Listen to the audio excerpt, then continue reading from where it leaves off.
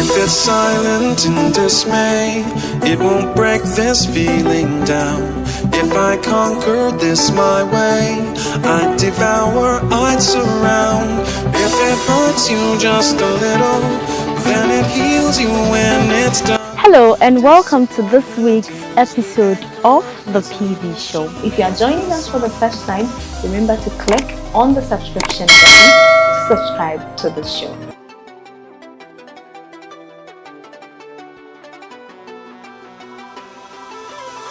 Keep trusting in God. He never fails. My mom just died a few weeks ago. At some point I was going to break.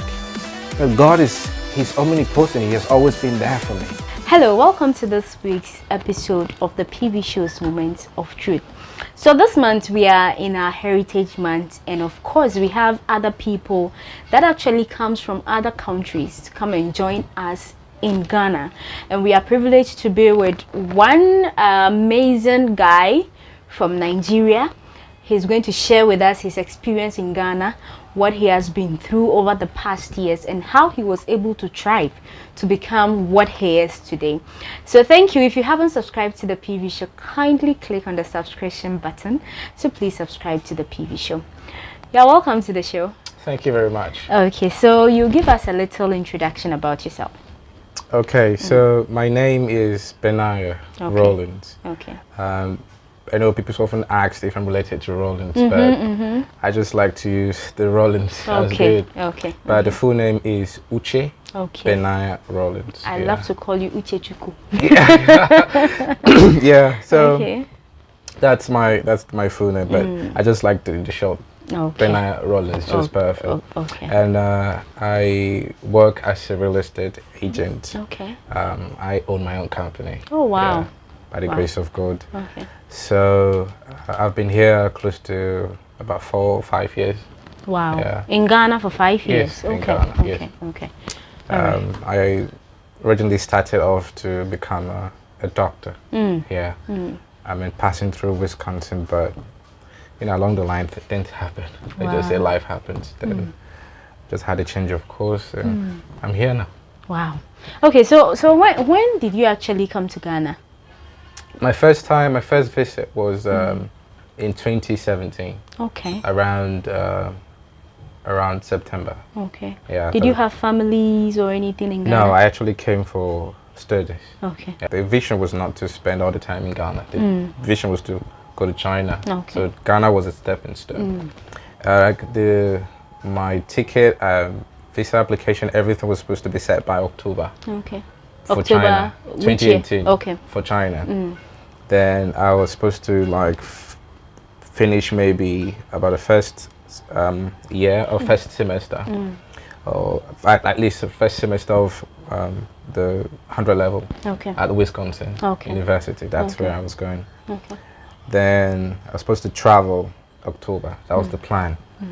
And I started off very well. I mean, everything was going on good, you know, but just that I wasn't fully enrolled in Wisconsin. I would have paid everything, application form, I mean, but just that I've not paid the fees. But over there at Wisconsin, they gave me grace to come as a student, but I wouldn't write the exams. Wow. Yeah. But then we weren't really sure what was going on, if I would just finish up the first semester then travel, like I told you.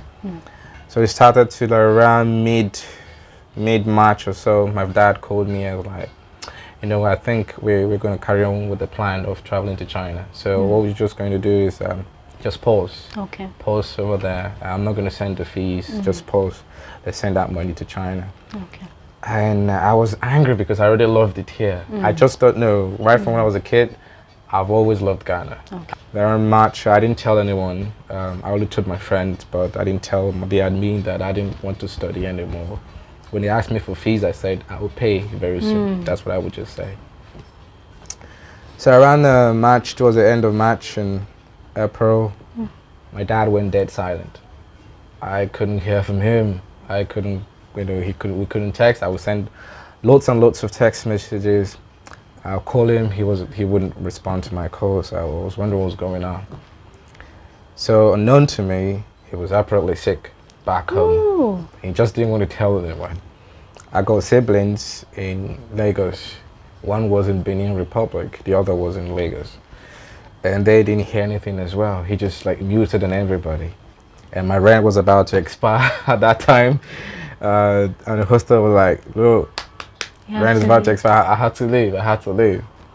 So I was scared because I'm in a strange land and I don't have much friends and I don't have family here.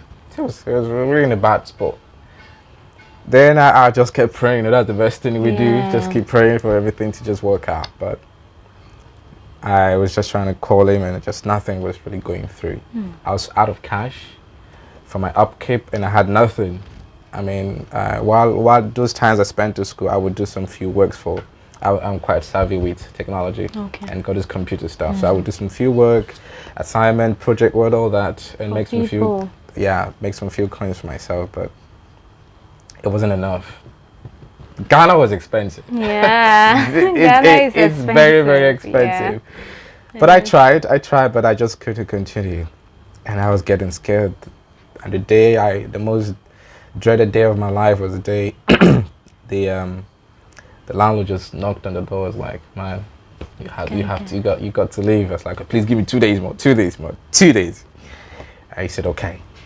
Then my roommate, it was almost to the end of the semester. He was in 400 level, and he left. And I was all alone in the room, just praying, waiting for the next action. Then, at the end of 2 days, nothing happened. So I mean, before he came to knock, I already packed my stuff. He's like, nah, after packing, I don't know where to go. Yeah. It's I don't have any place to go, so I just pack it. Just what he wanted me to do. So I packed my stuff and I just put everything in my bag and I went outside. And then I just stood and just looked up and it was like, they pretended like it was just like every other normal day. But man, I had to look for a place to stay this night. That was the question I kept asking myself. But the first thing I did was to just put my bag somewhere, then carry my school bag with my stuff in there, then just walk around, like just look for a shelter. That was the first time in my life, just in a straight line, looking for a place to lay my head. Okay. The first night was tough because I tried to reach my dad, but still nothing, no message. Wisconsin is very close to KFC, very just a stone throw from KFC, Hatcho, KFC. If you go to KFC, you see some kind of benches over there. Okay. Yeah. So my first night, that's what I did. That's where you slept. Exactly. So I just had to prepare very well, take out my jacket and a long trouser and some socks in my bag and just stuff like a couple of clothes in there for my pillow. And then just went to that bench and I sat there. At first it was I think it was during the Hamatan, not the hammer, it was very cold. Okay. And I had to like very cover myself really well because I was feeling cold already. So I just, sat in the chair that night, and then you have all these taxi guys dragging and bragging, making unnecessary noises.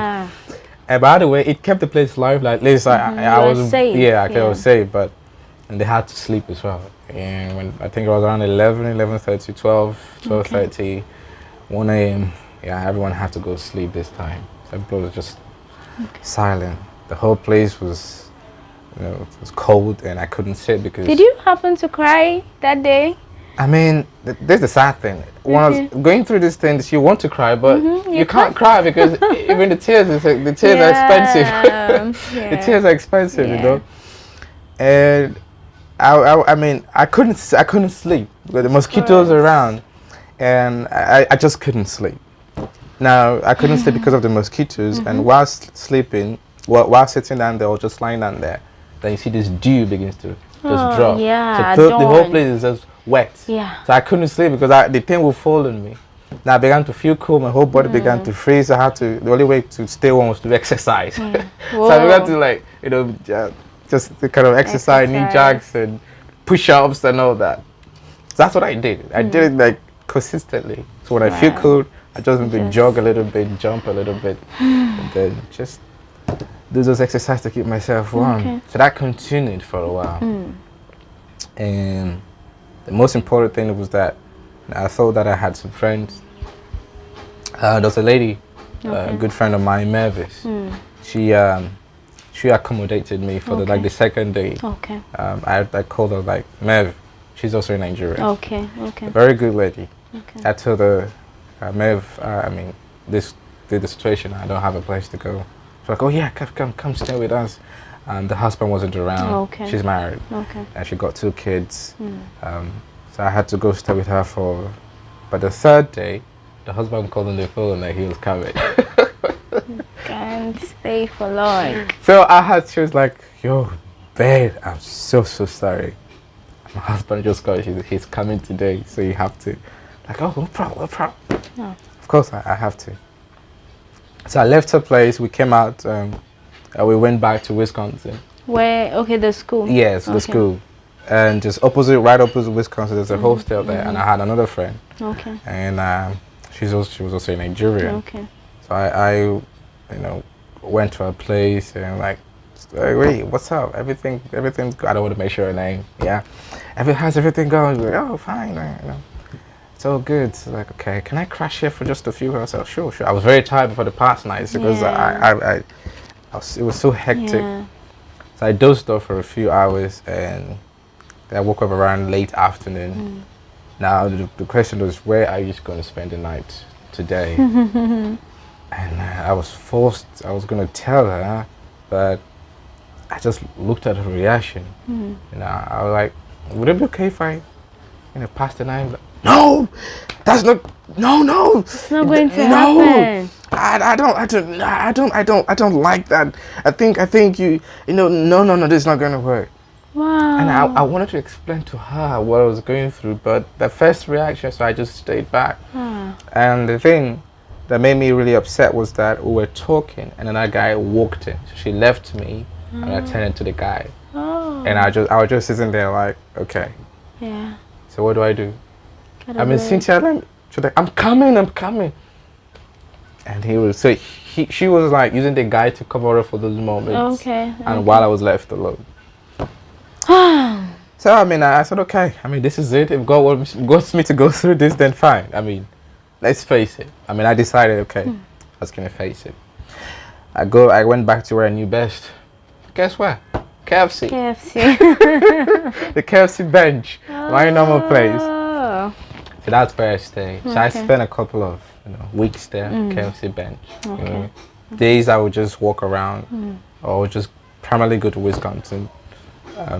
Stay throughout the whole day, then come back to KFC and sit down. Okay, so after that experience, how did you get to where you are now?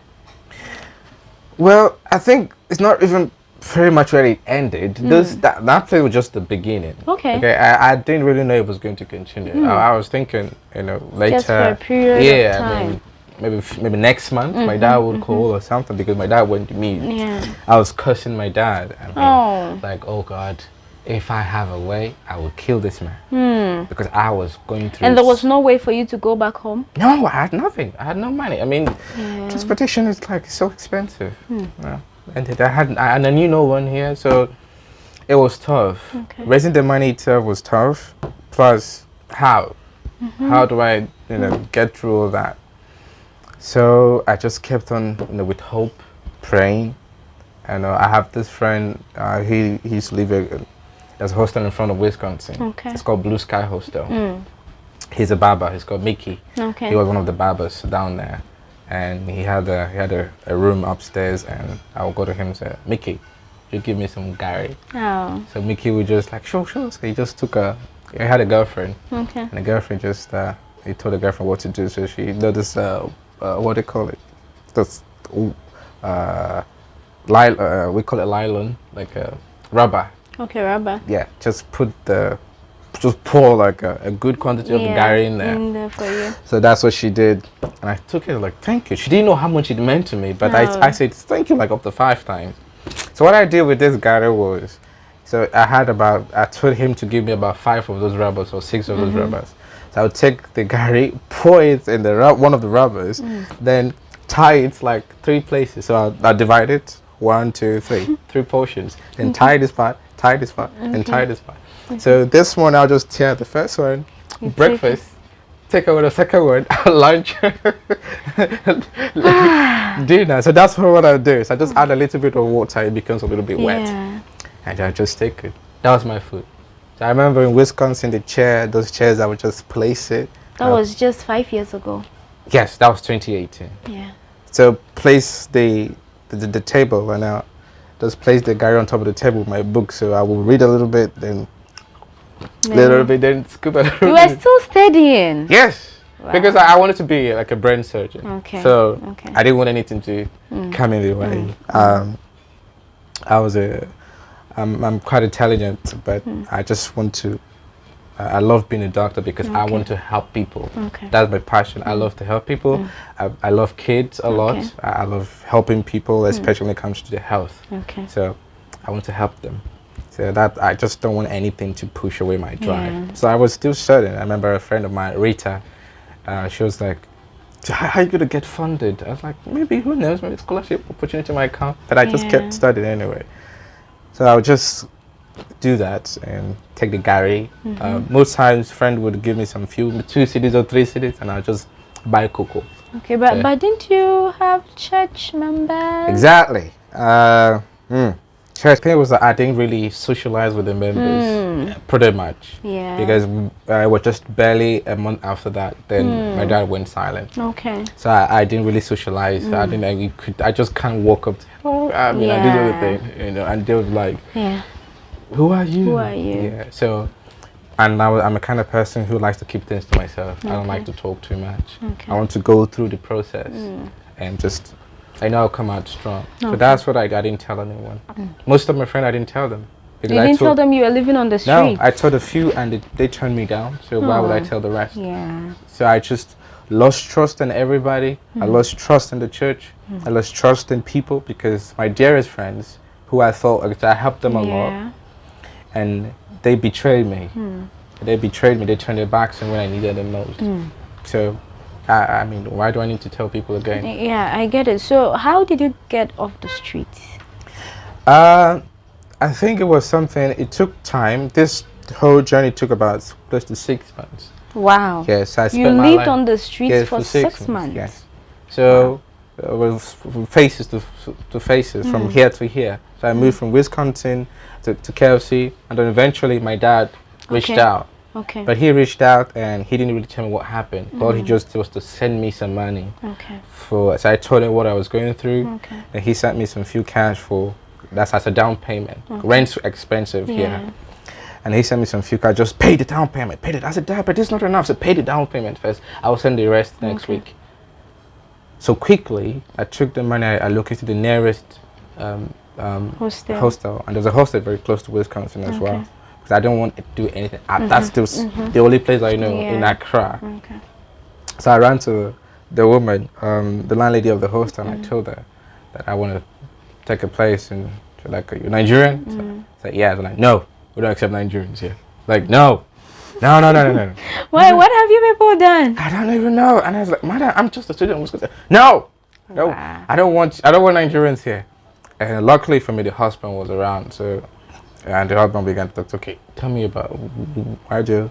So the worst part of it was, even if I wanted to take the place, they take about full semester. But I just have like quarter of the payment. Oh, wow. So I told her, Madam, I have about 20% of the... Like, number one is, I don't take Nigerians. And then number two, you have quarter. No, get out of my house. And I was like, wait. What? And that was the first time I was going to experience kind of a, I don't say a racial, but rejection. Yeah, rejection. Okay. A little bit of racism because I was Nigerian. Okay. Just get out. You Nigerians. You Nigerians. I detest you. Go. But the husband was very patient and talked her down and just gave me a chance. So I paid the deposit. She said, "Look, I give you 3 days. I'm going to take this deposit, but I'm not going to take it as payment. Okay. If after 3 days you don't pay the balance, I will give you a deposit and I'll kick you out of my house." Wow. Like, yeah, no problem. Just no problem. because I was hungry for a place to lay my head. So that night, I just went to take my stuff and I moved in over there, and moved in one of the hostels, and I was just staying there. First day, praying that my dad would send the balance. Okay. He promised the second day. Second day, nothing. Nothing. The third day, nothing. So the woman didn't say anything. She came back on the fourth day. She was, Oga, where's my money? And I said, I don't have it. My dad was like, so she left. You leave. Make sure you leave this weekend. Wow. So I checked, okay, so I have weekend. So I have like Friday, Saturday, Sunday to leave. So maybe on Monday, something can happen. So I waited, thinking my dad would maybe do something around Friday or Saturday. But he didn't. He just went silent again. I called and called, no response. Sent text messages, no response. So on Monday, she came. Now she sent the boy. Monday evening, she sent one of her boys to help me pack. My stuff. So, it's not to ask you questions, but to just help you pack out. Yes, just help me pack my stuff. And then brought my refund. Wow. Complete. Everything I paid. She brought everything. She took nothing. I said, look. At least she was good. She wasn't. She wasn't. I mean, to give you back the money, some people would deduct. She did it because, I mean, she's a big woman. Okay. And, you know, the main thing, I think normally if it was done as a business, they would do that. But she was more into, I don't like you. Okay. Nigerians are always this kind of people. Okay. And then I didn't understand why. So I hated her for it. So I left. Probably there was an experience she had with a Yes, Nigerian. there was an experience. Couple of, not just one, two or three other experiences. Okay, that even involved people vandalizing her property. Nigerians. Wow. But I didn't know all this. I mean, I just started life in Ghana, so I would just in the future get to understand why some Ghanaians tend to hate Nigerians a lot and call them names. So I left. He helped me pack my stuff, and I just packed it somewhere. And it was this publisher's printing shop in front of the hostel. I said, please, can I drop this here? I'm just coming. I'll come take it later on this week. The man said, no. I explained to him my condition. He said, no, I can't help you. So I was like, okay, now where do I put this? So I had to go hide it somewhere around the corner of the house. So I hid my stuff there for a while, and the guy told me, this thing may get missing. Okay. But I said, anyway, there's nothing expensive in that. It's okay if it gets missing. So, I mean, I continued life. So I went back to Wisconsin, just to think about my life, how far God has brought me, you know, and all these things I was going through. This is like a second month. This is going through. So there's this. I made a friend with one of the security guys, and I told him like he's also he's a Ghanaian, but he's lived in Lagos, and in fact his parents were in Lagos at the moment. So I explained to him like yeah, can I crash with you guys? You know, like yeah, no, sure, no problem. We can sleep in one of the classes. Okay. So I slept. So I began to sleep in one of the classes in Wisconsin, you know, with him, and I was like, okay, for the first time I have a roof over my head. The only thing I have to get concerned is mosquitoes. We bought mosquito coil. But it was perfect. Was also sleeping in Yes, he's a security guy, night security guy. So he was so we would just spread a bed. Was it a bed or a mat? It was a mat. It was a mat. Well, not a bed. It was a mat. So just spread the mat, and then we all lie down, and then we all go to sleep. But it was very comfortable for me because of whatever. It was like, nah, this was perfect. I never ever complained. So we're just going through. I spent there for a couple of times and then at the back where he took it, that's where he takes his bath. So I would just join him, do the same thing, take my bath as quickly. When my clothes would get dirty, I just wash them quickly, dry them for a few hours. Because I don't want people to know that I was staying around and always start asking questions, because even he doesn't dry his clothes there. So there's no way I would do that. So I had to spray for a few hours, or maybe around an hour. Students start coming to Wisconsin around 7:30, 8 or 8:30. So around 8 or so, I'll just go check it as wet as it is, fold it and put it in my bag. So that clothes it's gonna be wet, but still in my bag. and that is where it will get semi-dried or something. And when it's time to change, I would just take it like that and just put it on. I wear one clothes for close to 3 days.